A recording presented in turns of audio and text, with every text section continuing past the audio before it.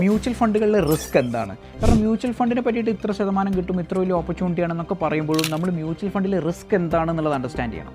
ഞാൻ മനസ്സിലാക്കുന്ന mutual ഫണ്ടിലെ risk എന്ന് പറഞ്ഞാൽ ഒരു ഷോർട്ട് ടേം പെർസ്പെക്റ്റീവിൽ നിങ്ങൾ മ്യൂച്വൽ ഫണ്ടിൽ പണം നിക്ഷേപിക്കുകയാണെങ്കിൽ നിങ്ങൾ 1,00,000 രൂപ നിങ്ങൾ ഇൻവെസ്റ്റ് ചെയ്യുകയും നിങ്ങളൊരു 4, 5, 6 മാസം കഴിഞ്ഞ് നിങ്ങളത് വിഡ്രോ ചെയ്യാൻ ശ്രമിക്കുകയോ ചെയ്യുമ്പോൾ ഒരുപക്ഷെ 1,00,000 രൂപ കുറയുകയും നഷ്ടം വരികയും 98,000 രൂപ ആവുകയുണ്ടായിട്ടുണ്ടാവും. കാരണം മ്യൂച്വൽ ഫണ്ടുകളുടെ ടെമ്പററി റിസൾട്ട്സ് അല്ലെങ്കിൽ ചെറിയ intra day or intra month റിസൾട്ടുകൾ തീർച്ചയായും ഫ്ലക്ച്വേറ്റിംഗ് ആയിരിക്കാം, കുറയാം, കൂടാം.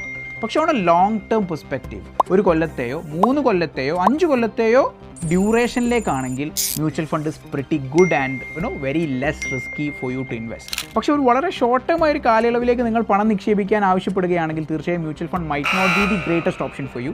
മറ്റു വലിയ ഓപ്ഷൻസുകൾ ഉണ്ടായേക്കാം. Probably I really think this would be the risk of you being in mutual fund. Long term ആണെങ്കിൽ